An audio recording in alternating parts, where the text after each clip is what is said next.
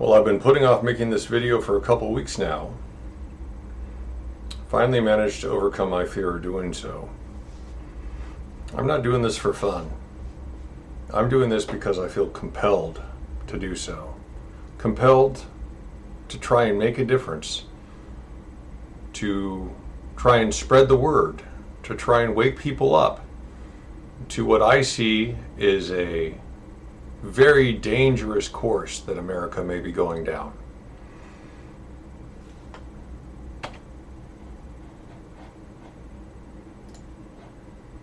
This video is about the recent law signed by California Governor Gavin Newsom on July 15th, known as Assembly Bill 1955.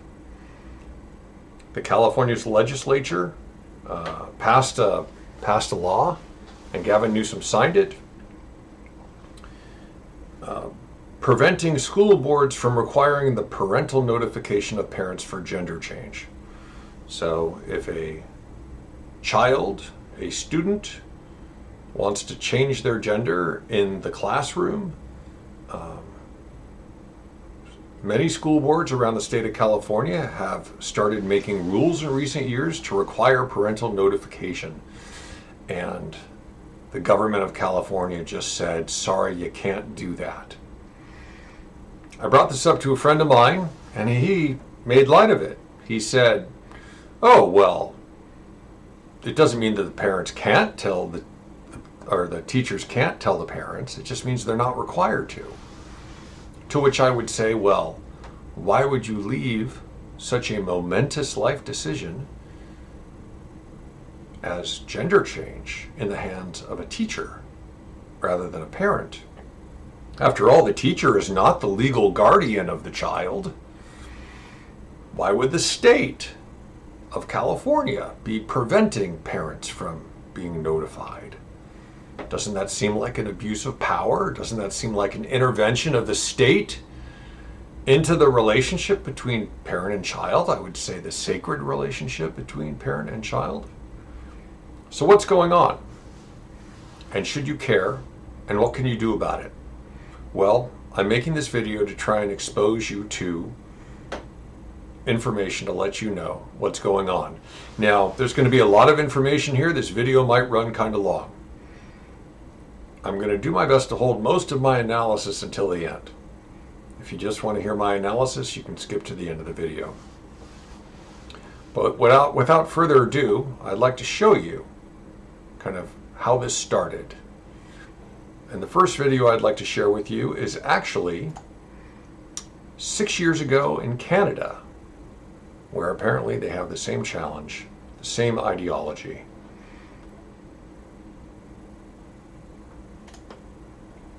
Can be made up in many different ways. It's called SOGI, for Sexual Orientation and Gender Identification, a curriculum that teaches public school students across Canada to celebrate the homosexual lifestyle and that gender is fluid. In other words, your gender is not dependent on what parts you were born with, but rather what you feel like in the moment. People that are. Does that seem like common sense to you? That gender doesn't have to do with the body you were born with, but with just how you happen to feel at the time? Am I alone in thinking that this is just a made-up crazy idea? There are people whose gender might be a little bit of both, or might even be neither.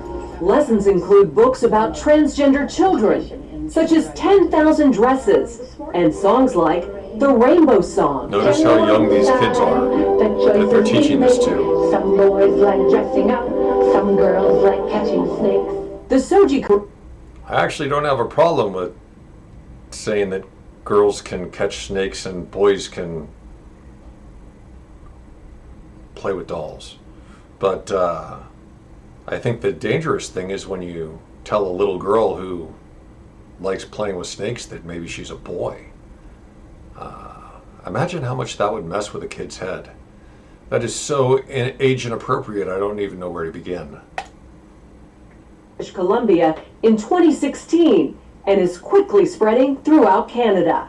I just thought, who decided that this was okay to teach our children? Author and inspirational speaker Laura Lynn Tyler Thompson is a leading voice against the SOGI curriculum. And we are seeing the results of that now, because some kids are reacting very emotionally and saying, you know, and they're in fear. Will I be, you know, will I suddenly struggle with feeling like a different gender inside of my body? Carrie Simpson of Culture Guard, another leading opponent, calls the curriculum nothing short of child abuse. All those beautiful qualities that make young girls, beautiful girls and women, are being basically vilified.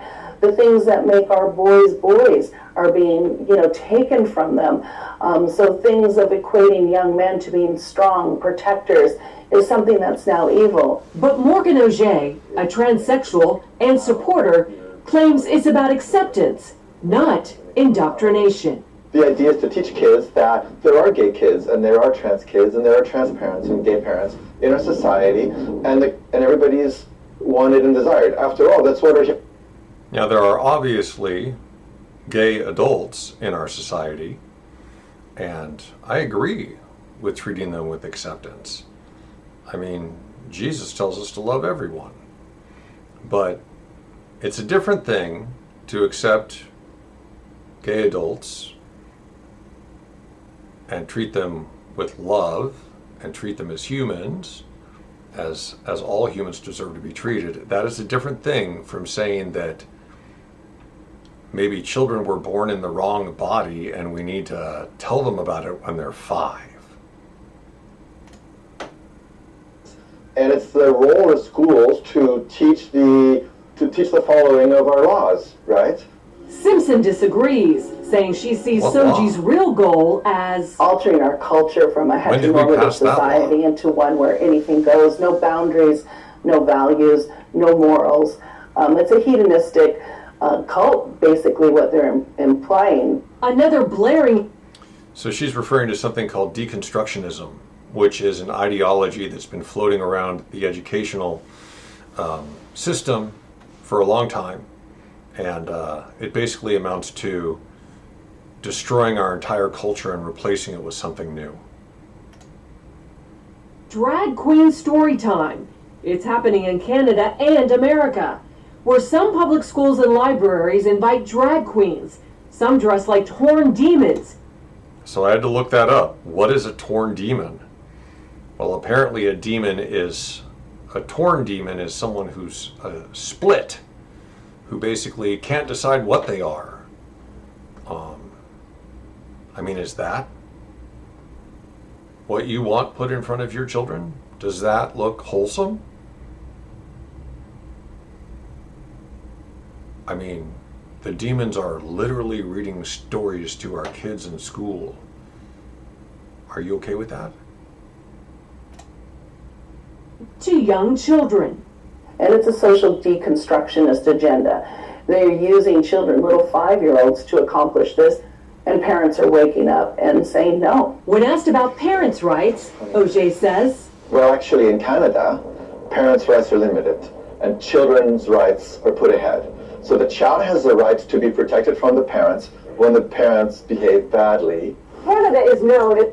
Well, of course, if the parent is beating the child, but if the parent simply disagrees with mutilating the child's body, that's not behaving badly. It's one of the most gay-friendly countries in the world, with many of their largest cities featuring their own gay villages, like here in Vancouver, which has literally rolled out the Rainbow Road. Most gays, like village resident Davey DiCarlo, support SOGI and limiting parental rights. The change that we have to see is sometimes the parents, and the kids are doing actually really okay. This is very scary stuff. Longtime Vancouver area pastor Kevin Kavanaugh says this is far more serious than most Canadian Christians realize. Our problem is not the teachers, the educators, the administrators. This is a battle in the heavenlies. He says Satan is going after their most vulnerable, the children. And the little girl came home in tears because the teacher had told her, since she was playing with some toys in the class that were deemed to be masculine in nature, that she was likely a boy. So all you feminists out there, apparently if a little girl behaves in a masculine way, she's not a little girl anymore, she's a boy. How does that make you feel? Fought for women's rights, and now as you achieve them, they take them away because you're not a woman anymore, you're a boy. You're not a girl, you're a boy now. Oh, and we're going to let that boy compete in your daughter's athletics, which will be real unfair if they've gone through puberty and have all the advantages of that. We're going to let them go into your daughter's bathroom. Does it seem like it's pro-female? The mother went to the school the very next day, and instead of having any sort of tolerance or support or understanding, she was actually called names. She was told that she was a homophobe, that she was a bigot. With that in mind, Tyler Thompson, Simpson, and Pastor Kevin are spreading their message across social media and in town hall meetings. The pro-gay backlash has been fierce. And the hatred and the anger and the bullying that came against us, even though we said, we love you, we don't take from you.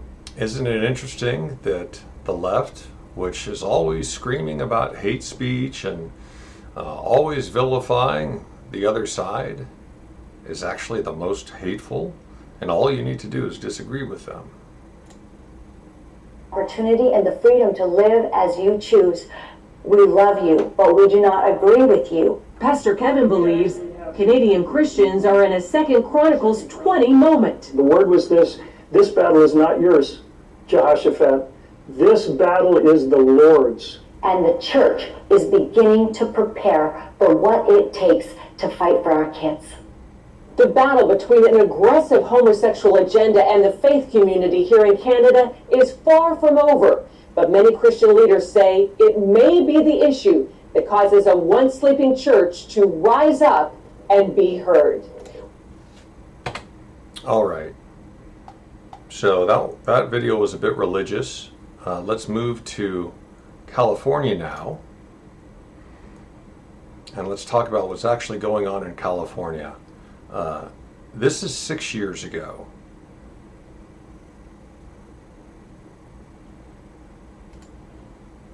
A kindergarten teacher is facing outrage after discussing gender identity with her students. One child came to the teacher with books on the subject while going through a gender transition. Now the teacher is defending herself. Sharon Roget from CBS State. Where I wonder where the 5-year-old got the idea they were the wrong gender. They were in the wrong body.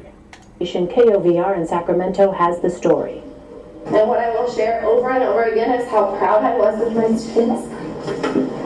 An emotional Rockland Academy teacher. Rockland Academy, that's Woodland Hills. Pretty close to home, huh?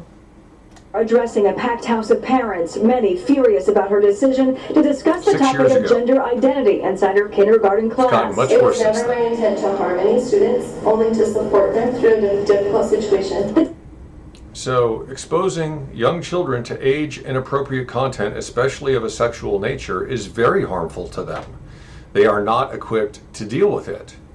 And so, for her to say, oh, I didn't mean to harm any children, well, clearly she doesn't know the first thing about what is age-appropriate or not for a child.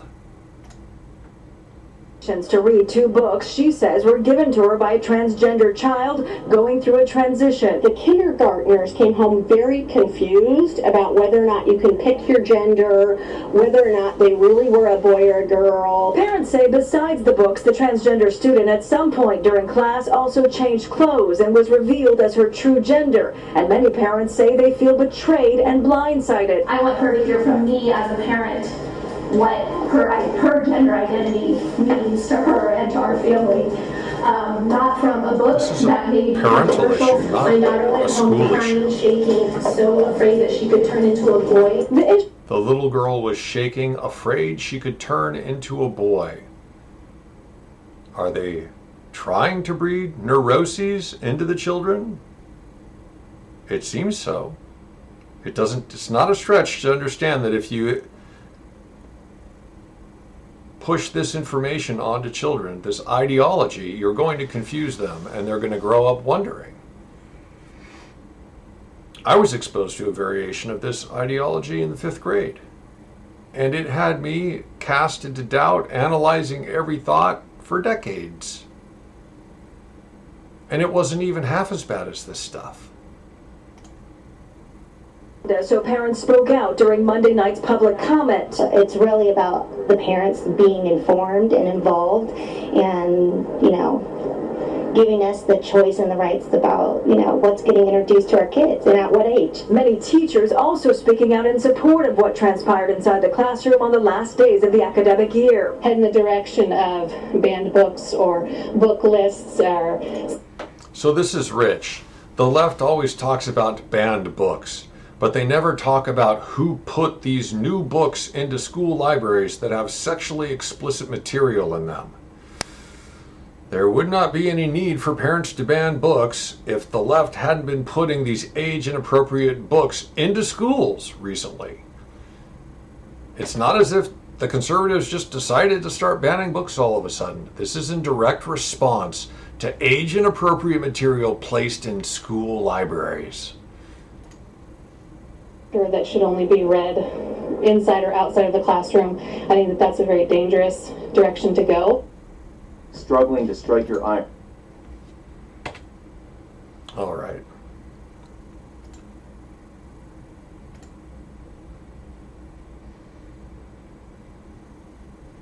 Some parents plan to protest today's Pride Assembly at Saticoy Elementary School in North Hollywood. Eyewitness News reporter Jaysha Patel live at the school with the latest. This is North Hollywood 1 year ago.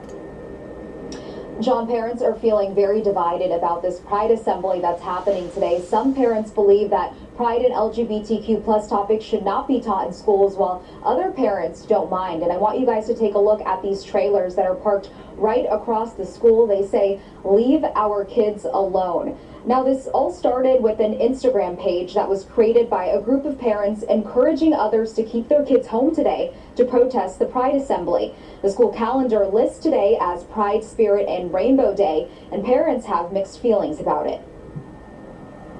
I didn't bring him into this world for a teacher to explain them what is gay or what 2 men or 2 women do. Some certain things should be left to the parents to decide whether they want their kids to be exposed to it or not, especially at least at a certain age. It's how the world is today, and if you shield them from it, then it's just going to make a bigger impact, later. And it's how the world is. So you shouldn't shield children from how the world is because it'll make a bigger impact later. This woman clearly does not have children, right? A big part of being a parent is shielding children from the world until they grow old enough to be able to understand and handle the concepts that adults grapple with in life. This idea that we shouldn't shield them from adult content because it will become bigger later is totally false. This is yet again more propaganda. It might be kind of sideways. I think it's really great to expose them and just talk about everybody. Everybody's sexual preference. If you take a look at your screen, you can see a small burned LGBTQ flag. Now, that was found in a planter at the school last week, and police are now investigating it as a possible hate crime. So get this straight, okay? Somebody burns a pride flag, and it's a hate crime. And yet we have young people all over our country on college campuses burning the American flag, chanting "Death to America, death to Israel, from the river to the sea." And that's okay. There's no talk of arresting those people, right? They can even actually violate trespassing laws and whatnot, and they still don't get arrested until finally the clamor becomes so loud that finally the school administrators do something about it. But you don't see the double standard? Burning the American flag, my flag, the symbol of my country, my values, hopefully yours too, that's not hateful. But burning the pride flag, that's a hate crime. You see the double standard there? It's selective justice, and it's a sign of authoritarianism. This Unified School District released a statement saying they regularly discuss the diversity of the families that they serve and the importance of inclusion. So this remains an active discussion with school communities. The district also says that there will be additional police patrols around the campus out of an abundance of caution today. And according to the Instagram page, that protest is scheduled to happen outside of patrols around the campus to protect the school from the parents. Reminds me of school board meetings where teachers were protesting school boards during the pandemic, and the teachers' unions reported them to the FBI as possible domestic terrorists.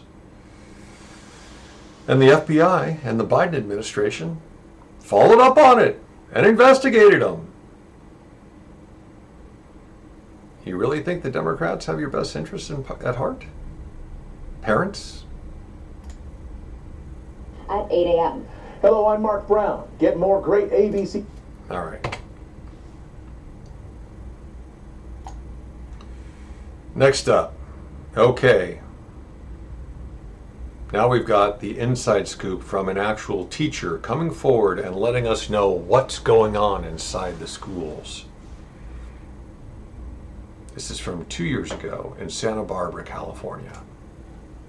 That are causing people to second guess their allegiance to the Democrat Party. It's also because of everything the left has come to embrace. Now, 2 nights ago, we showed you shocking undercover video from a teacher in Santa Barbara, California. She bravely brought to light this vile racializing of her school curricula and what the school district was trying to hide from the parents, by the way, on what was a password-protected portal. I want to show you what's being concealed from the parents in the Santa Barbara Unified School District. Inclusive curriculum lessons, there's collections, the LGBTQ heritage, gender biology, secret lesson plans, educate and celebrate. There's activism, the youth advocate toolkit, preschool, grade school, and secondary resources. Well, that courageous teacher, Christy Lozano, saw our segment and agreed to come on tonight. Christy, thanks for being with us. Have you gotten any blowback since we helped you expose this nationwide? Not really. I've had a lot of positive feedback for the most part. I'm sure people are thinking things, but I haven't had too much, so that's good. Well, you know, California is obviously extremely liberal. I spend quite a bit of time, believe it or not. I'll come visit you in Santa Barbara, so I know it pretty well. But I think at this point they've gone so far left. I say this, they've left America. That's what it looks like. Yeah. So I want to play more of your video where you expose this racialized lesson plan. Watch. 105 things white people can do for racial justice. White people do something. It's basically defunding the police and a new, smarter approach to public safety, so as to donate to BLM, make small crimes legal, do not support prisons, and reduce prison sentences. Political indoctrination. Christy, who's behind these lesson plans? Do the teachers, for the most part, endorse this? Do they resist it? And what about the parents? Well, who's behind the lesson plans? They've hired somebody to come in and write these plans. I think they just hired him this year. And I think they come from other areas where they have done the same things, maybe even taken over the school district in other areas like San Francisco, Salinas. And the teachers, a lot of the teachers do endorse it. Some go along with it because they think it's the trend, and you're made to feel bad if you don't, and if you don't, go along, be politically correct or whatever they want to say. And in Santa Barbara, they've been doing teacher trainings for us for the last 10 to 15 years. Santa Barbara, kind of where they more pretty much conservative part of the state indoctrinated the too. teachers to then indoctrinate the students. And even during those trainings, I knew something was wrong. So I've known that for a long time. I just don't know what. So it becomes a self-selecting group of people who would want to teach this, crap. Okay? Yes. I mean, all those lesson plans were literally all the components of the Democrat Party ideology. So they're literally indoctrinating students into their political ideology. The California Democratic Party is indoctrinating children into Democrat ideology, far left ideology in schools. Are you okay with that? Or does that strike you as an abuse of power? People who taught me were just great teachers, men, women, young, old. They were amazing public school teachers. I can't imagine any of them would have ever tolerated being told you have to teach basically woke activism. It wasn't called woke back then, but basically left-wing activism. They wouldn't have done it. Yeah, they make you believe. It's very manipulative. You know, I call it psychological warfare, and it's hard to understand because it's manipulation. They'll lie to your face. They'll tell you that this is the right thing to do. They'll make you feel bad if you don't do it, and so people go along with it for fear of standing out, for fear of being different. But fear. It's like we all became afraid during the pandemic, and we're still afraid. And we're not speaking up. They're using fear. And for fear, and it's a real fear because there's retaliation. I've been retaliated on for speaking up for quite a while now. So, but I'm not the type that moves away from danger. I move towards it. I'm a veteran of the U.S. Air Force, and that's what I've been taught. So, and I protect kids. Kids are why I teach. I love kids, and I will protect them. And I will go down fighting if I need to.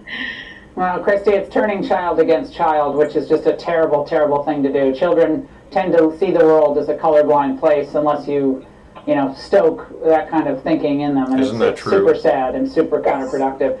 Thank you for speaking out, Christy. Keep us informed and encourage more teachers to do the same. And we're going to... All right.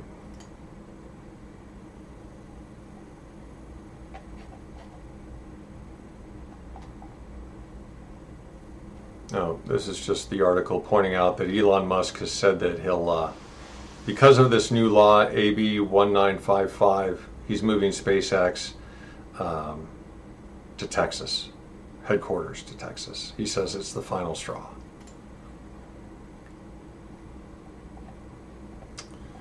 This is an article from the Orange County Register, and it's about how this Democrat from San Diego is really pushing it. They actually call it the Safety Act, even though they're indoctrinating children with ideas that make them unsafe, that mess with their mental well-being. They're calling it safety.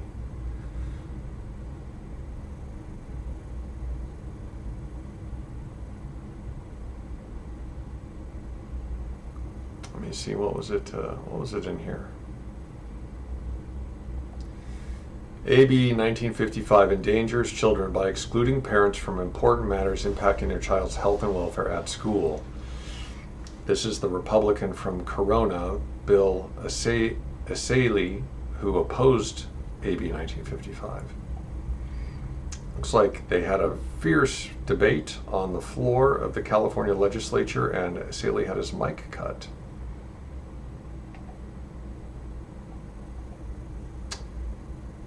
So I think more than 10 school districts adopted rules in the last year or two saying that parents had to be notified of gender changes.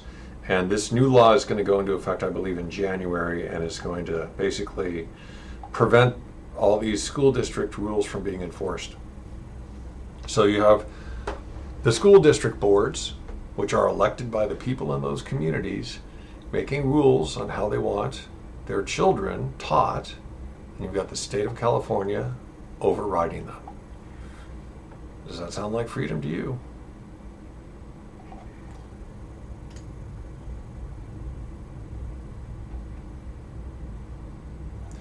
All right, here's an article about a woman named Jessica Conan, who alleges that the school staff indoctrinated her 12-year-old daughter into an LGBT club disguised as an equality club.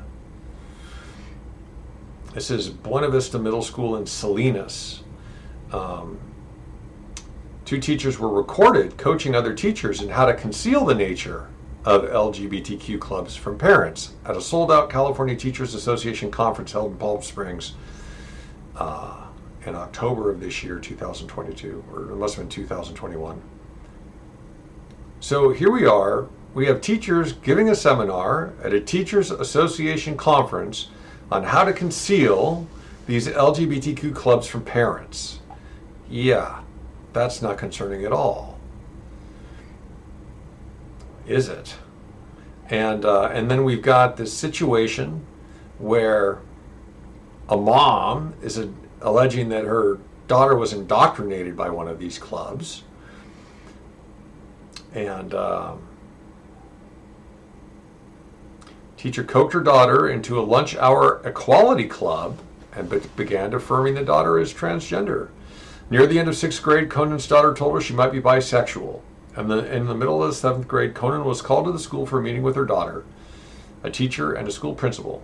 The teacher told Conan her daughter was trans fluid. I sat across the table and I was crying. I was trying to absorb everything, she says. They kept looking at me angrily because I kept saying she, and that it was going to take me time to process everything, she said. I was very confused. I was very upset. I was blindsided, completely blindsided. The teacher accused Conan of not being emotionally supportive of her daughter, who was to be called by a new name and male pronouns and would be using the unisex restroom. I felt she completely coached my child, the mom said. It made me feel very small as a parent. I was unaware. Within a few days, King City Police Department showed up at the mom's door and told her there had been a complaint made to Child Protective Services. The police questioned her 2 children and asked them if they wanted to be removed from the home. So because she didn't immediately go along with the trans activist school teacher, the school teacher sicked Child Protective Services on her. And the cops came and questioned her and asked her children if they wanted to be removed from the home. Fortunately, they said no. She took her children into Child Protective Services as she was asked to do, and they eventually dropped the case. But after that, the mom was afraid to ask her daughter questions about school activities, fearing Child Protective Services would be sent again. Apparently later, the mom discovered that the school knew her daughter had searched online about suicide and never told her about it. So they're keeping her daughter's search for suicide information secret from the mom. If that's not malpractice of some kind, I don't know what is. It's not okay for teachers to keep parents in the dark about gender identity issues or anything else, the mom, Conan, said. Her daughter is 14 now, left that school, and at her new school, she's using her female name and female pronouns, her birth name. And yeah, she escaped. And now the ideology has left her, the indoctrination has left her, and she's doing better. The mom's father says he cannot believe the way the school treated his daughter and granddaughter. I've watched my daughter, what she went through. It really broke my heart. My daughter's done nothing wrong. He blames the school for getting police and CPS involved. Right is right, wrong is wrong. I think it's not their place to teach what they've taught to my granddaughter. I'm furious. He said parents are unaware of what's being taught to their children by teachers. What goes on in the school? What's the criteria that's being taught? I mean, the things that are being taught in school kind of made it through the cracks, he said. Another mom says that this case isn't uncommon. It's happening across the state. It happened to her.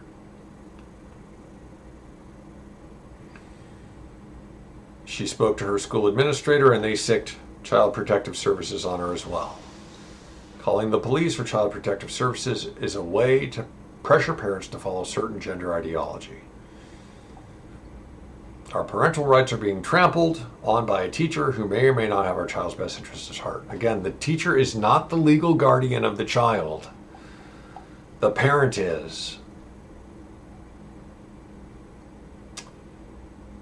Cheryl Duffus, whose children attended Buena Vista Middle School, has repeatedly complained to the school over the last 6 years about this activism.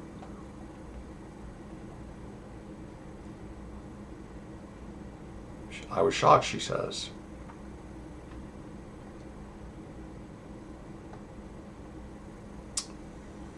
I do have several friends whose kids went to Buena Vista who are struggling with gender, and immediately I wondered if they would be struggling if they didn't go to that school.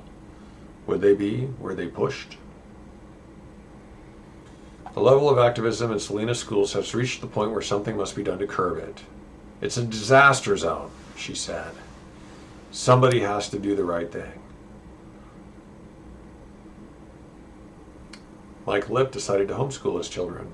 That's a pretty heavy burden to take upon just because you can no longer trust the public schools that your tax dollars and property taxes go to fund. He said the school board and administration has become radicalized. There's no type of comprehensive sexual education going on at the school, except in the 8th grade for a few short days once a year. Well, I'm about to show you that that's totally false. They are implementing sex education on all grades.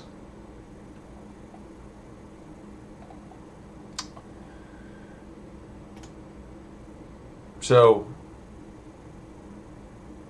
let's switch gears here and talk about the California State Legislature for a second. So I had to look this up. I was as ignorant as probably most of you are. Not that I'm calling you ignorant, but let's face it, not a whole lot of Californians know what the California Legislature is and how it works. So apparently it's got an assembly, which is like the House of Representatives, with 80 members, and a Senate with 40 members. And those are the two houses in the legislature.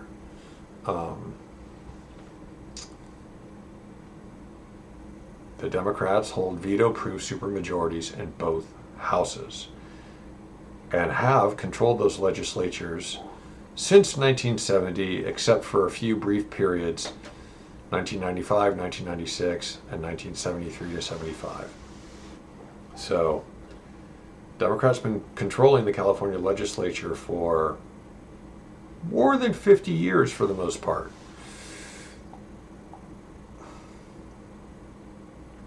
Interesting fact here, the California State Legislature is one of just 10 full-time legislatures in the United States. So 40 out of 50 states are willing to get by with a legislature that is not always in session. Maybe they're only in session every other year. But California has a full-time legislature, and you wonder why our taxes are so high.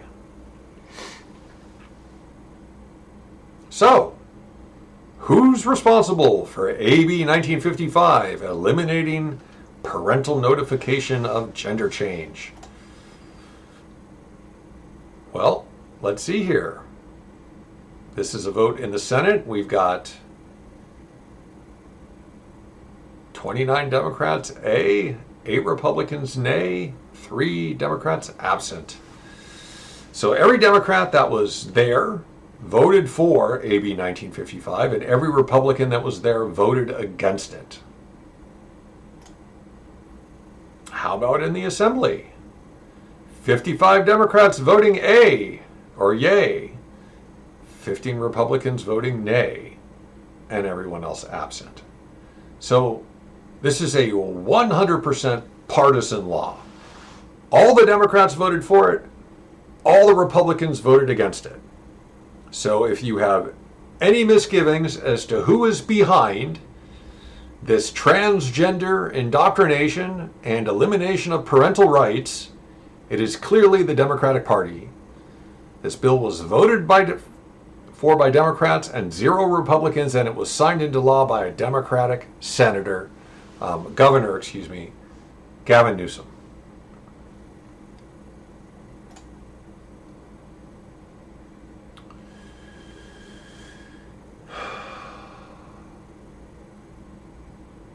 Okay, so this article here is talking about how, it's a 2019 article talking about how California has overhauled its sex education guidance. Remember how in that earlier article, the Salinas principal was saying that they don't do sex education? Well, here is an article talking about how they have sex education guidance for teachers. It was overhauled. It's a more than 700-page document,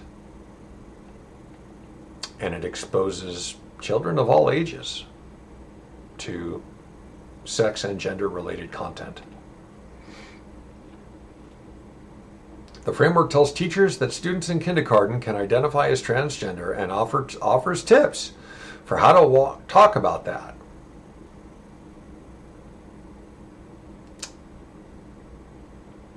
And it says, it goes on to say the goal is not to sow confusion. Well, how do you not confuse a child when you say that being a boy or a girl is not a matter of your body, but is a matter of how you feel or what you think?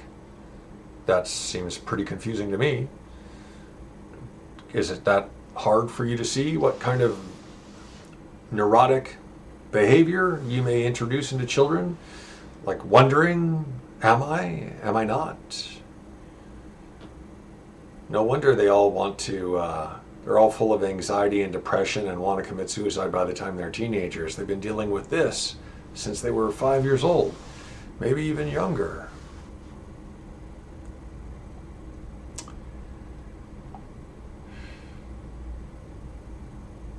Here's a story of a mom who traveled 400 miles to attend this hearing over this new sex education guideline. It's just scary what they're going to be teaching. It's pornography, she said. If this continues, I'm not sending them to school. Much of the pushback is not on the framework, but on the books it recommends. An earlier draft suggested high schoolers read the book Sex, All You Need to Know, Sexuality Guide to Get You Through Your Teens and 20s. It includes descriptions of anal sex, bondage, and other sexual activity.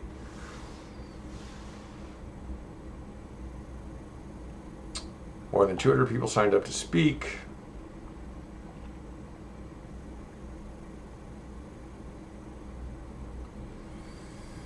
Transgender boy complaining he doesn't see information about him. I mean, really, one of the big questions here is, do you really think that there is such a thing as transgender? Or isn't it just confused? Because we're not dealing with men who like men or women who like women. We're dealing with men who believe they're woman or believe there's some third thing, or women who actually believe that they were men just born in the wrong body. And to that I would say, well, if you're a woman who thinks you're a man, how would you know? Because you're not a man. If you're a man who thinks you're a woman, how would you know what it's like to feel like a woman? Let's move on here.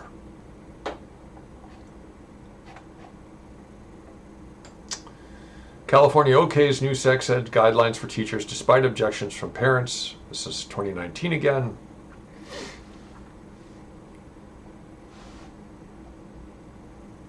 All right. So let's actually get into some of these guidelines. Well, here's an interesting policy. Let's see. Oh, this is in the FAQ section. School districts are required to notify parents a minimum of 14 days prior to comprehensive sexual education, and parents can opt out. However,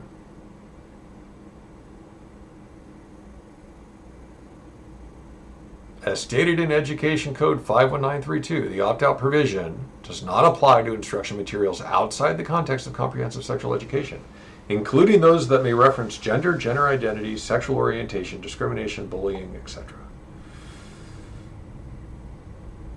So, you cannot opt your kids out of gender identity, transgender indoctrination.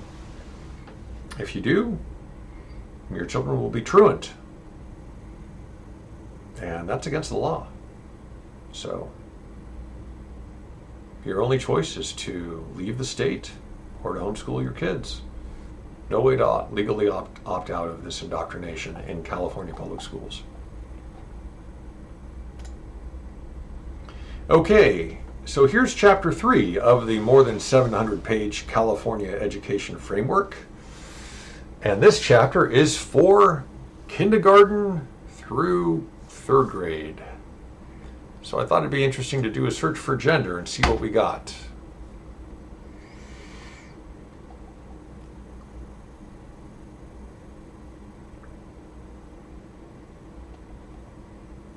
Okay, they want kids to challenge gender stereotypes. While students may not fully understand the concepts of gender expression and identity, some children in kindergarten and even younger have identified as transgender or understand they have a gender identity that is different from their assigned sex at birth. I wonder who gave them that idea.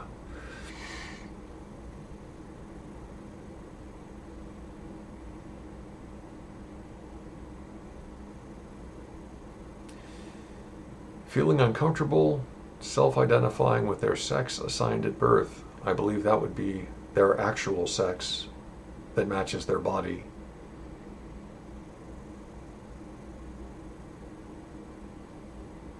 So here, they're talking about all this stuff with kindergartners. Dispelling myths about gender expectations in kindergarten can lay the groundwork for acceptance, inclusiveness, and anti-bullying in schools. Gender nonconformity. Discuss gender with kindergartners by exploring gender stereotypes and asking open-ended questions such as what are preferred colors, toys, activities for boys and girls, and then challenging stereotypes. Throughout this discussion, show images of children around the same age who do not conform to gender stereotypes. Does this seem like indoctrination to anyone else? They're literally saying there are boys who think they're girls, and they are. And there are girls who think they're boys, and they are. And here are examples. Am I the only one that has a problem with this? Be sure to include, okay, so here, partner with your community. Invite guest speakers into your classroom in kindergarten. Be sure to include individuals of all genders, including people who are transgender. So have the transgender people come talk to the 5-year-olds. Seeming like indoctrination yet?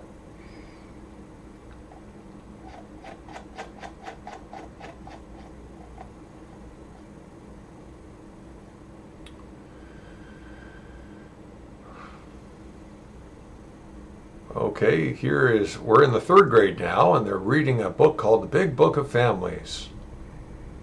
It basically says that every family structure is valid.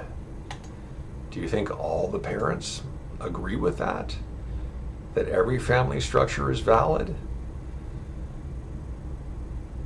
Gay, bisexual, lesbian, transgender parents, they're all valid, no matter how strange. I think a lot of parents might disagree, and yet this is what's being taught to their kids, and they have no ability to opt out of it.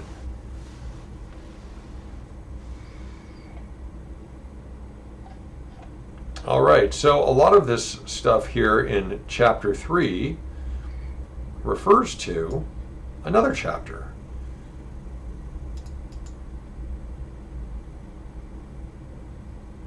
Let me see if I can find where it says it. See the Access and Equity chapter for additional information about inclusive instruction. All right, so we've got another chapter here that's being sort of snuck into the chapter for the smaller kids. And what do we got going on here?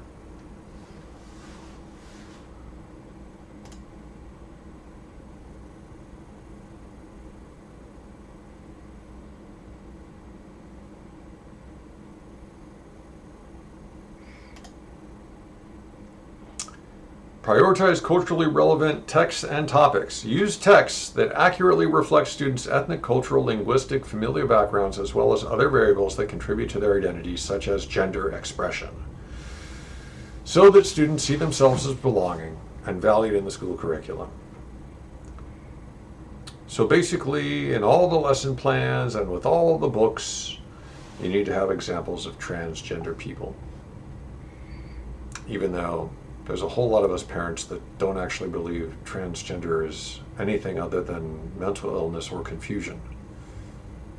We don't believe that boys can be girls and girls can be boys. And yet this is what California has decided to teach. And it's threaded through everything.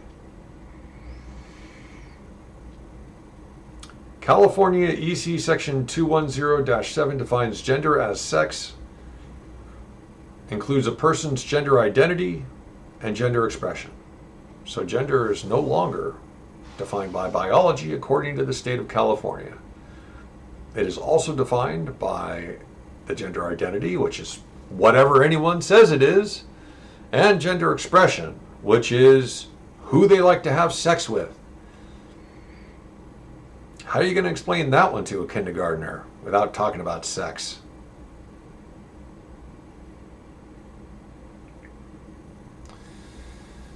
Ah. 59 mentions of gender in this chapter.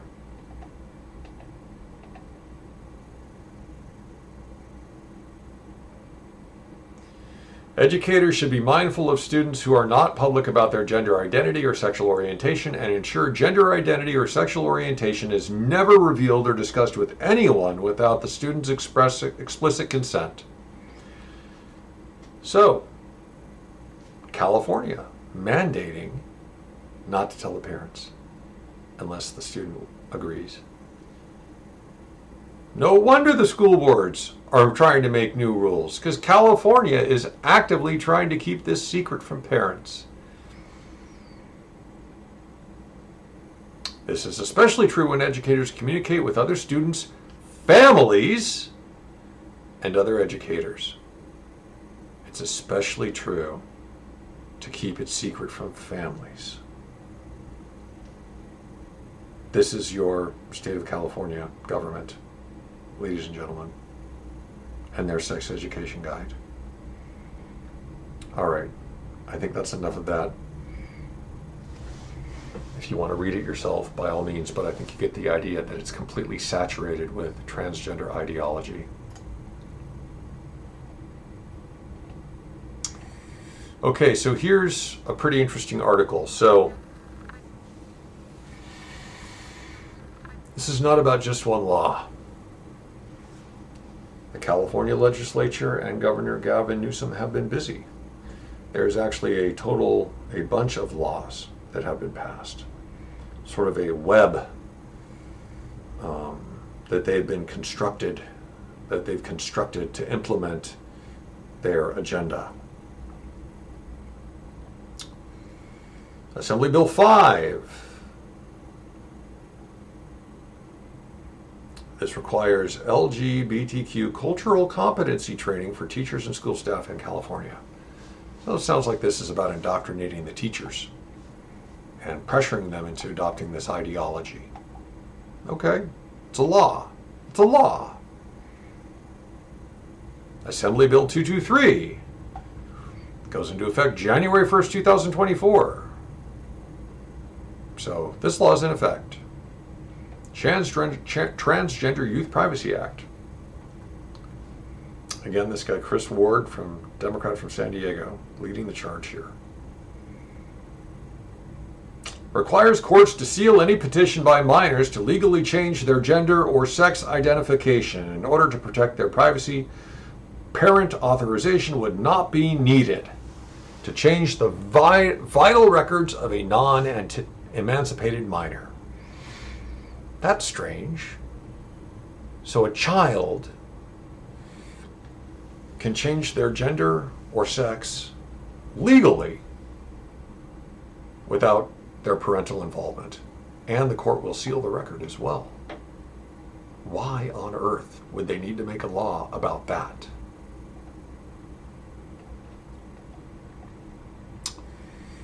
Assembly Bill 957. Gavin vetoed this one. What a surprise! Would have required the court to consider whether a parent affirms their child's gender identity in order to be granted custody or visitation rights. In his veto, Newsom said, cautioned against dictating the legal standards. So this law would have actually created a legal standard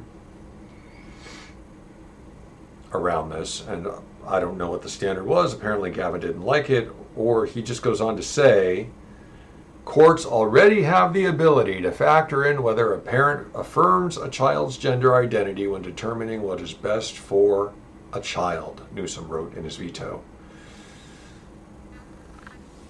So my analysis of this one is he didn't want to be on the record supporting this. And the judges in California are already doing this. They're already discriminating against the non-gender affirming parent. Gender affirming is doublespeak, okay? It's a propaganda term. It means the opposite of what it says. Gender affirming is really gender destroying, okay? You take a girl, she says she's a boy. Well, according to California, then she is a boy in every way that she can be a boy. And that you have to affirm her as a boy. And if you don't affirm her as a boy, the opposite of her biological sex, then you're non-gender affirming and you're an unfit parent. There's already a case of a woman losing her daughter to her ex-husband because she was non-gender affirming, and the court totally took her daughter away from her and doesn't even allow her to visit her daughter or call her daughter on the phone. There's a case that has already happened without the assistance of this law. So it's already happening. Your ex wants to change your child's sex and you don't affirm it, you're going to lose your child. All right, Assembly Bill 1078. What do we got here? Sponsors, okay. Requires that the State Board of Education develop a policy that local education agencies, including school districts, must follow before removing any instructional materials, abandoning any curriculum, or removing any books from school libraries. Okay, so the left puts these age-inappropriate books in the libraries. The parents complain. The books are removed. And now California passes a law saying that you need to check with the state before you can remove a book. Again, taking power away from the parents. Is anyone sniffing out a little authoritarianism here yet?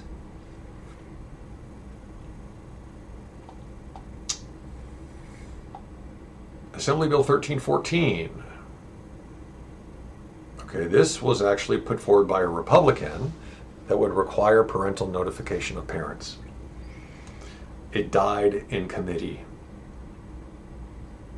The committee wouldn't even let it be debated. The decision to deny the bill a hearing is symbolic of where Sacramento Democrats stand on parental rights.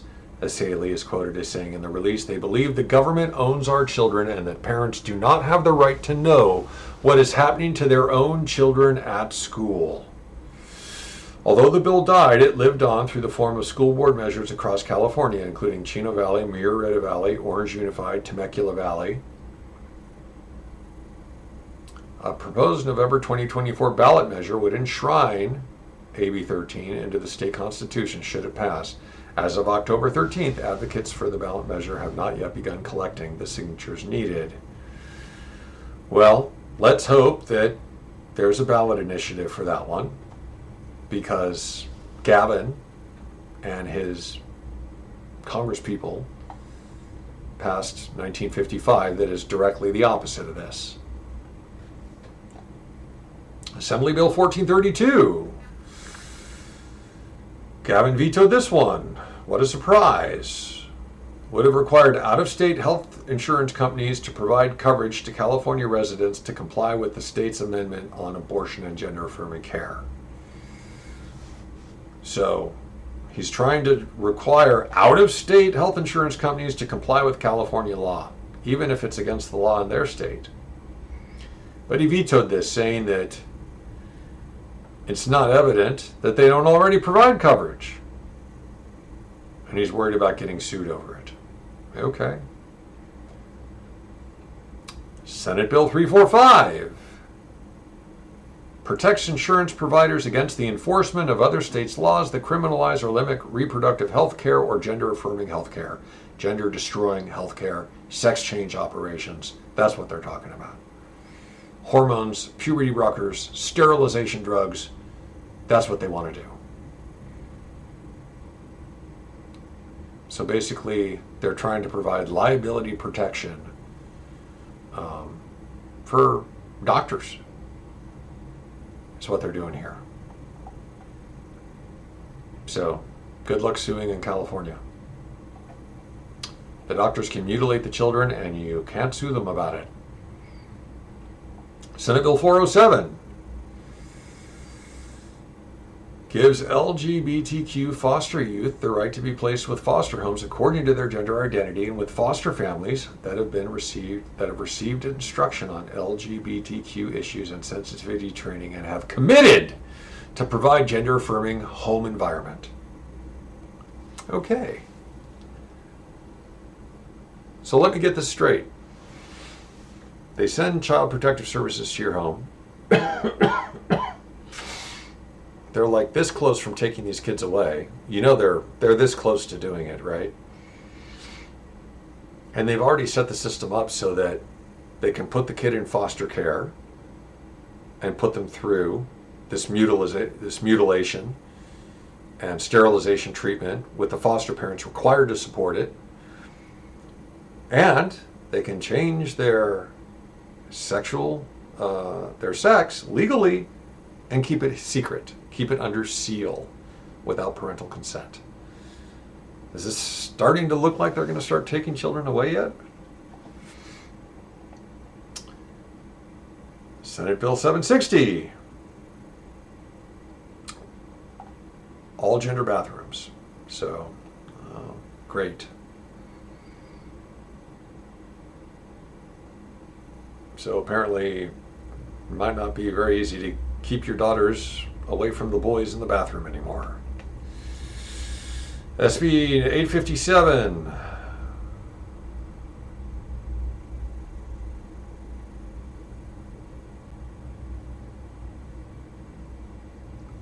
Advisory task force to research ways to make it safer and more supportive. Okay, so basically they've created a task force to figure out how to implement their agenda even more effectively. HR 57 declares August Trans History Month.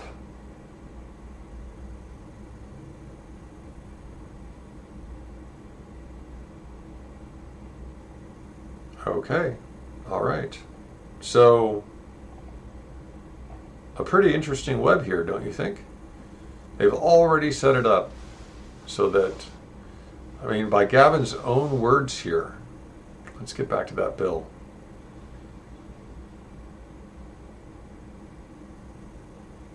Courts already have the ability to factor in whether a parent affirms a child's gender identity when determining what is best for a child. Gavin Newsom wrote that in his veto.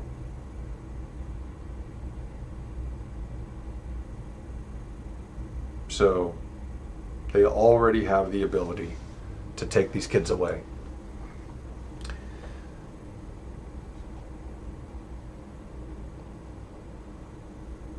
this is what you're voting for if you're voting Democrat in California. You're voting for the indoctrination of children, for their confusion, for their exposure to age-inappropriate material, indoctrination into these radical ideologies for which there is no scientific evidence of credible nature, and ultimately for the sterilization and mutilation of your children at the hands of the state.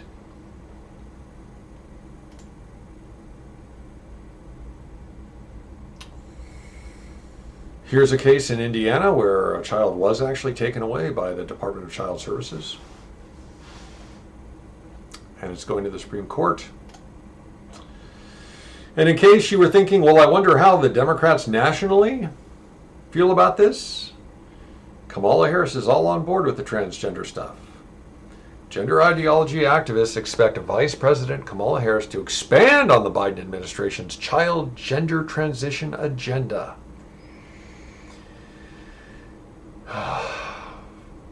So all these gender transition activists are all endorsing Harris.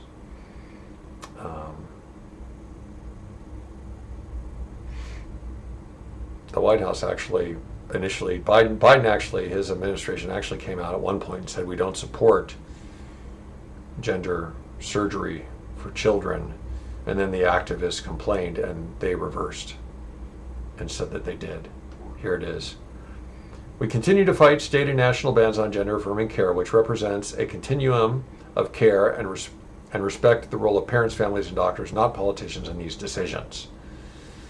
Gender-affirming surgeries are typically reserved for adults, and we believe they should be, White House Domestic Policy Counselor Director Neera Tandem said at first. After the backlash from HRC, those are the activists, demanding affirmation of gender transition for children, the Biden administration backpedaled and clarified that it did in fact support the invasive surgeries for children. Tandem issued a statement saying that the administration would fight laws banning the surgeries for children and reiterating that government should not be in the position to block them if parents and doctors agree that it's the correct course.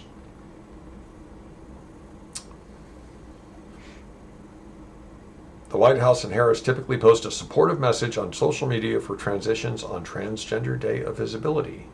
On that day in 2022, Harris, her husband Doug Emhoff, and female-identifying biological male Admiral Rachel Levine, Assistant Secretary for Health and the Department of Health and Human Services, welcomed children claiming transgender identity to the White House and vowed support for medical interventions. So it seems like Kamala is pretty on board with this, like very on board with it.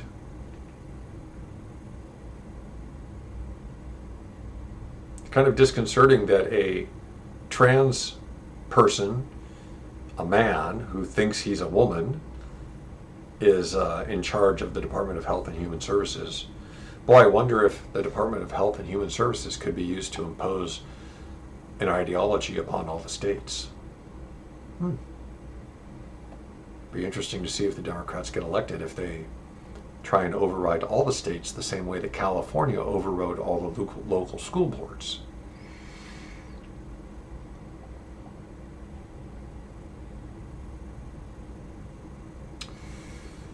The same year, the Biden administration's proclamation for the day, the White House posted a message from Biden, Harris, and their spouses saying in part, efforts to criminalize supportive medical care for transgender kids, to ban transgender children from playing sports, and to outlaw discussing LGBTQI plus people in schools undermine their humanity and corrode the nation's values.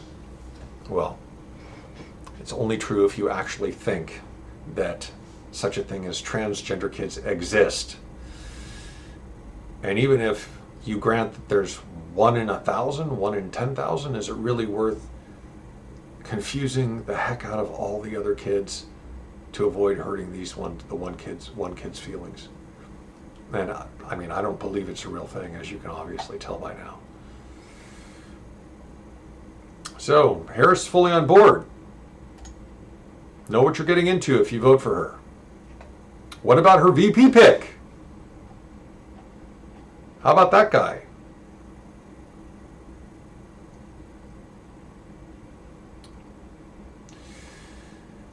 Walz, who served as Minnesota's governor since 2019, helped make Minnesota a refuge for LGBTQ Americans and transgender Americans in particular. In 2023, an executive order signed by Walz made Minnesota among the first states to safeguard access to gender-affirming health care, and laws signed by the governor have since banned conversion therapy. Oh, this is rich. So conversion therapy, I had to look this up. This is the idea that if you've got a girl who thinks she's a boy, that maybe you should counsel her to get comfortable with her own body. They call that conversion therapy. What is this, opposite day? You're not converting her to anything. You're getting her to embrace her natural body. But they say that if she thinks she's a boy, then she is a boy. Self-diagnosed condition. Medical professional can't say otherwise. Psychiatric professional can't say otherwise on pain of losing their license. And to actually try and get her comfortable with her own body is conversion therapy. So Tim Walz, Democrat VP nominee, pretty strongly transgender too.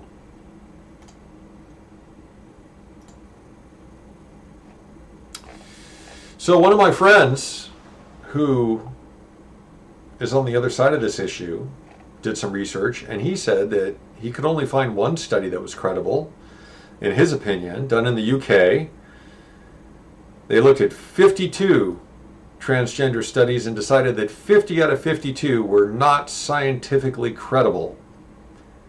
So there's a ton of misinformation masquerading as science out there.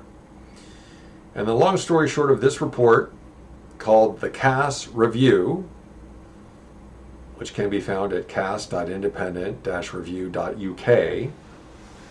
The long story short of this report is that they found no conclusive evidence that gender-affirming care helped.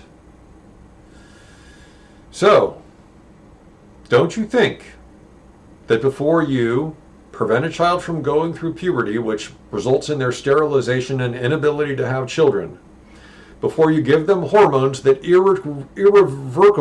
irrevocably convert their body towards something more closely resembling the opposite sex, that you should know for sure? Don't you think that before chopping off a girl's breasts, stripping her forearm for muscle to make a non-functional penis, chopping off a boy's penis, don't you think you should know for sure that you are helping before doing this stuff?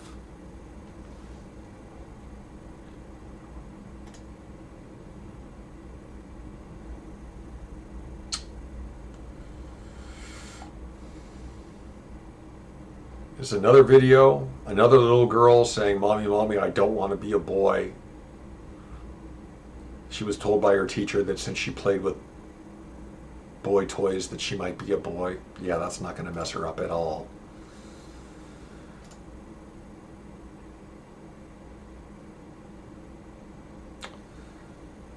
Here's a video about detransitioners.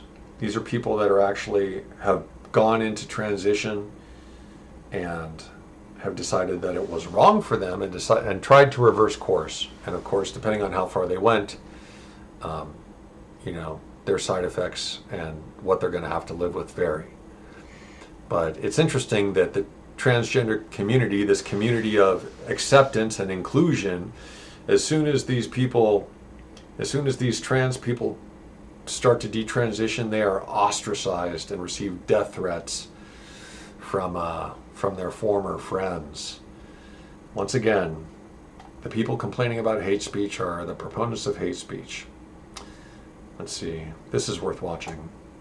Part of it. We need more people to wake up, stand up, and speak up.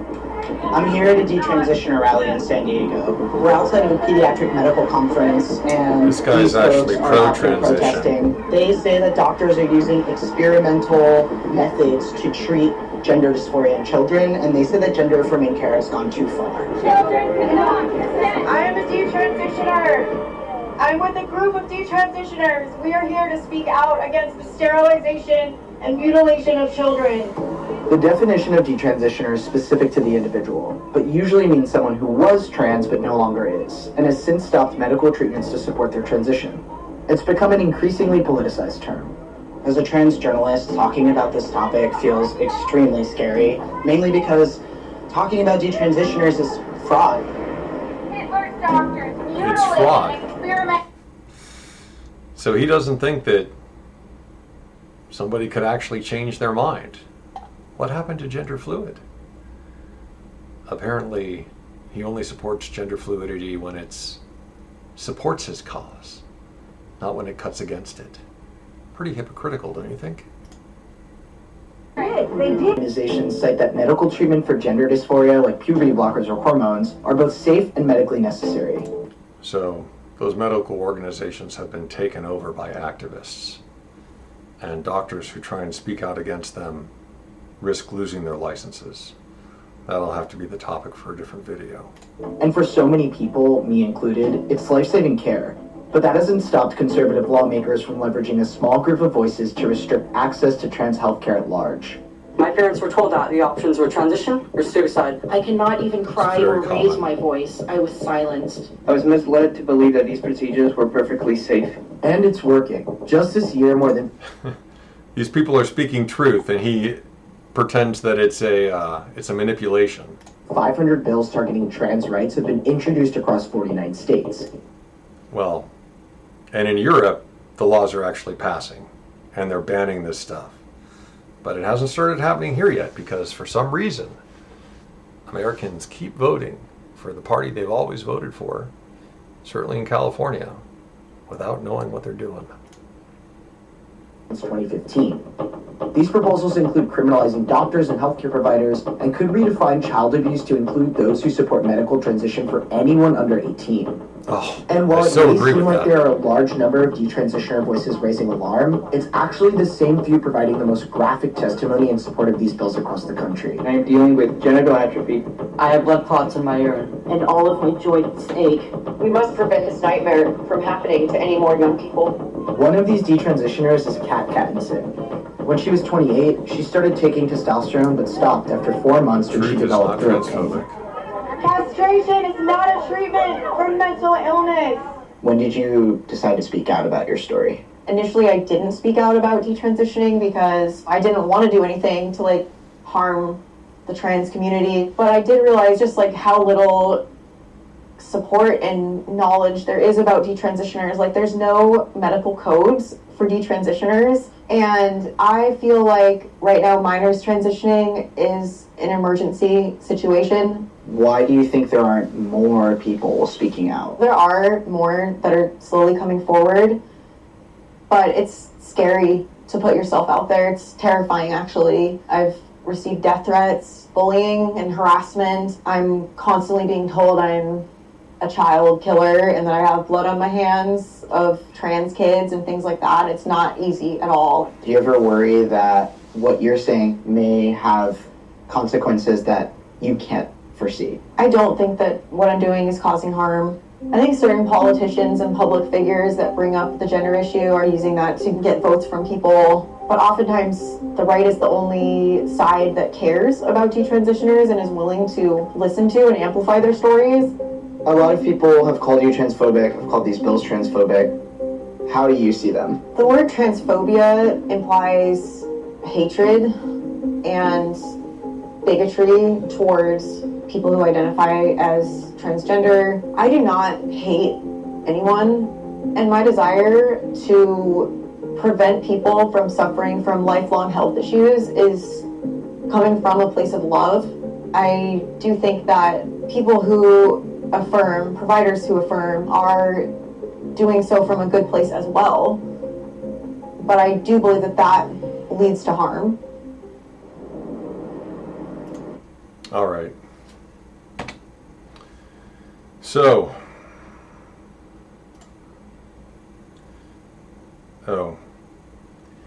and here's really the only data that I could find on how much this is happening. These are numbers from October of 2022. Diagnoses of gender dysphoria. 15,000 in 2017, up to 42,000 in 2021. Guys, I really think that the psychiatric profession and the psychological profession, I think they're so guilty of overdiagnosing everything. It's obviously in their vested interest to do so. It's in the vested interest of the pharmaceutical companies for them to do so. It's in the vested interest of the surgeons for them to do so. The psychiatric profession has gotten completely out of control with diagnoses, and this idea that so many children are born in the wrong body, it's insanity. And you can see that it's skyrocketing. And I bet if we had 2022, 2023 numbers in here, I bet it would be much, much worse. You can see California is among the worst. Actually, it is the worst of these states. Puberty blockers prescribed to 1,300 children, 1,400 children basically in 2021. 1,400 children who will probably never have children of their own because they're not allowed to go through puberty. 4,231 children on hormone therapy. Boys growing breasts. Girls growing facial hair, deeper voices, voices that will never go back to normal. 282 young ladies between 13 and 17 having their breasts removed, healthy breasts. And I'm sure these numbers are much, much worse. They don't even go into castration, bottom surgery.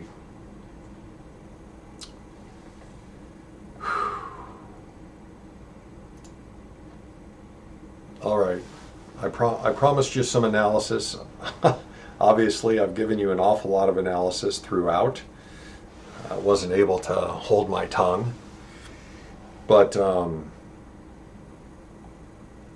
give you the big picture here. Although I feel like I should say, you can't handle the truth. Because you're probably just going to write this off as a conspiracy theory. But I guess all I would offer you is, among my circle of friends, I was the guy saying, hey, this COVID thing's going to be a big deal like 6 weeks before everyone else. And they all made fun of me for about 6 weeks. And then we were in lockdown. So I'm pretty good at trying to read between the lines and figure out what's going on. And here's my theory. I don't have proof for it. And proving it to you would be the subject of many videos. But I think the Marxists who were blackballed in Hollywood back in the McCarthy Senate hearings back in the 50s, I think, the American Communist Party, I think all these people, they looked around at America and they said, these people are just way too happy. How on earth can we get the proletariat to rise up against the ruling class if these people are all happy? If there's this giant happy middle class in America. And so they hatched a plan, and they went to work in colleges and universities, and they started the job of re-educating our youth. Re-educating people who are going to go into politics, re-educating people who are going to go into medicine, into psychology, into education, into people who are going to become school teachers, people who are going to become reporters in the news media, slowly building this increasing indoctrination over decades. And you can actually study the ideologies that were pushed. One of them is deconstructionism, which is basically about destroying our culture to rebuild it into something new. And it's based on the idea that truth is not absolute, but all relative. My truth is everything, and the truth doesn't really exist. It actually goes back to a lot of the writings of Friedrich Nietzsche, who I think was the Nazis' favorite philosopher too, by the way. Fun fact. So there's deconstructionism. There's another thing called intersectionality, which means the more victim classes that I'm a part of, the more virtuous or deserving I am. And I guess the more right I have to rule. And so what they want to do is they want to invert the power structure. They want to get rid of everyone who's competent at running things because they got there through merit, and replace them with the people who are part of the most victim classes, regardless of their competency, and put them in control. And you can see this kind of thing in Maoist China. They would conduct these purges where they would decide one day they were going to kill all the doctors. Just crazy stuff like this, right? And that's because they put students in charge of the government who just had no clue what they were doing and were completely radicalized. And so let's talk about diversity, equity, and inclusion. Diversity. Basically, people get the job not because they merit it, but because they're the right color or the right gender or have the right sexual preference or the right gender identity, or the combination of those things. So it's the death of merit. It's racist, it's sexist, it's genderist, and that's diversity, right?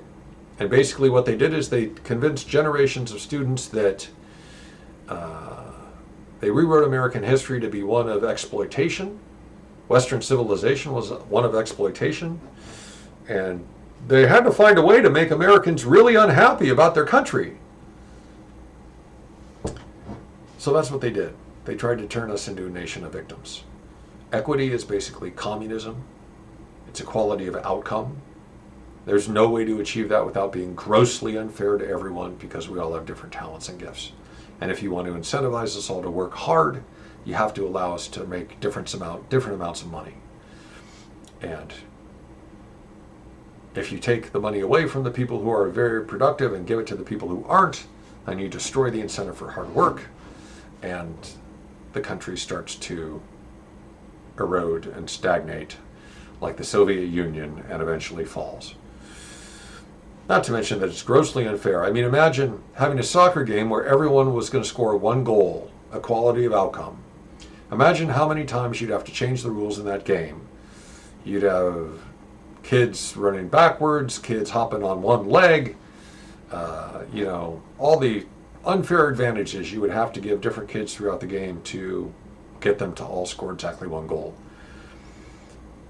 Communism is the opposite of social justice. It is the greatest injustice that you could possibly impose upon the human spirit. It is a society of lies and lying, where political correctness rules the day, and you have to lie in order to get by, to stay out of prison.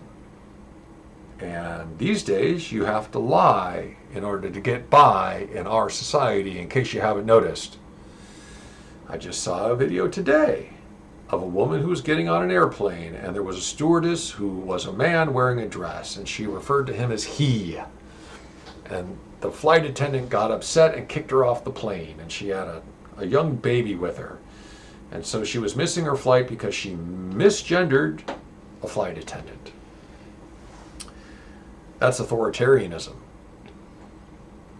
Are you free to call one of your coworkers by the gender that you actually believe they are without losing your job, without losing your license, without losing friendships? Are you free to speak your mind without losing all those things? Free speech is one of our bedrock principles in this country. If you're afraid to exercise it, does that seem like the America you know? Is that the America of 2019? Or are we still living under this cloud of pandemic fear, but the pandemic is no longer about the coronavirus, it is about the woke mind virus that Elon Musk talks about. So, imagining what could be, unburdened by what has been. Kamala's favorite line. This is all about deconstructing and destroying our culture and building something new. Diversity, equity, and inclusion, this culture that divides us all into smaller and smaller groups, pits us against each other, and destroys merit. Destroys fairness by mandating the same outcome for everyone, no matter how hard they work, no matter how much they deserve it, everyone gets the same. Inclusion, which basically means embrace perversion, let us butcher children, mutilate them, sterilize them. If you speak out against it, you're done. That is Kamala's imagining what can be, unburdened by what has been, all the good and fine traditions of America. Democracy, freedom of speech, freedom of assembly, democratic voting, not illegal immigrants voting, but American citizens voting. That is all under threat. So you have a choice. Now you know. You're free to disagree with me. Put it in the comments if you like. Maybe you'll teach me a thing or two. But I don't believe there's been any election more momentous than this one in my lifetime. I see two paths. Either the country can continue to go down a path of greater racial division through diversity training, the death of merit, greater and greater normalized perversion, mutilation and sterilization of children, increased political correctness to the point where you can no longer speak your mind, basically a transition from a democracy to an authoritarian regime. Or it can go to a restoration of all the values that made America great. And you may not like the guy leading that charge, but you don't have to. Just look at his policies, and you can look at what he actually did in office. I'm talking about Trump. And, you know, it's always the least bad choice, and I think that choice is clear. Kamala is hiding from reporters. She doesn't want you to know what she stands for because she's basically a Marxist. A Marxist, a racist, a sexist, all that stuff rolled up together. It's all DEI. All the policies that claim to be against the thing that they're actually pushing. It's all doublespeak. It's all Orwellian. So, there you have it. I hope you'll vote for freedom. I hope you'll vote for the restoration of America, of the America of 2019. I really hope you will. If they start taking kids away from parents and mutilating them, that's civil war right there. I mean, what would you do if they took your kid away? What would you do? Heck, I mean, even gays and lesbians should be against this transgender stuff because it's basically saying that a gay boy is actually a girl, and a gay girl is actually a boy. It's actually an anti-gay policy. Feminists should be against this. All the achievements of feminism are being destroyed by the transgender activists. Boys stealing all the girls' trophies by claiming to be girls. Girls being converted to boys for being assertive. If you're white, they're discriminating against you. DEI discriminates against you. If you're male, it discriminates against you. If you're anything other than a dark-skinned, transgender person, disabled, ideally, if you're anything other than the intersection of all of these different victim classes, then it's discriminating against you. If you're up for a job against somebody with a greater victim status, you're going to be discriminated against for a job, for college admissions, for all of this stuff where they've implemented DEI. So if you want more of that, if you want more discrimination, unfairness, loss of freedom, authoritarianism, if you want the Democrats to end the filibuster, pack the Supreme Court, add a bunch of states, and basically try and implement one-party rule going far into the future, then by all means vote for the Democrats. But know what you're voting for. You're voting for the end of the American Democratic Republic.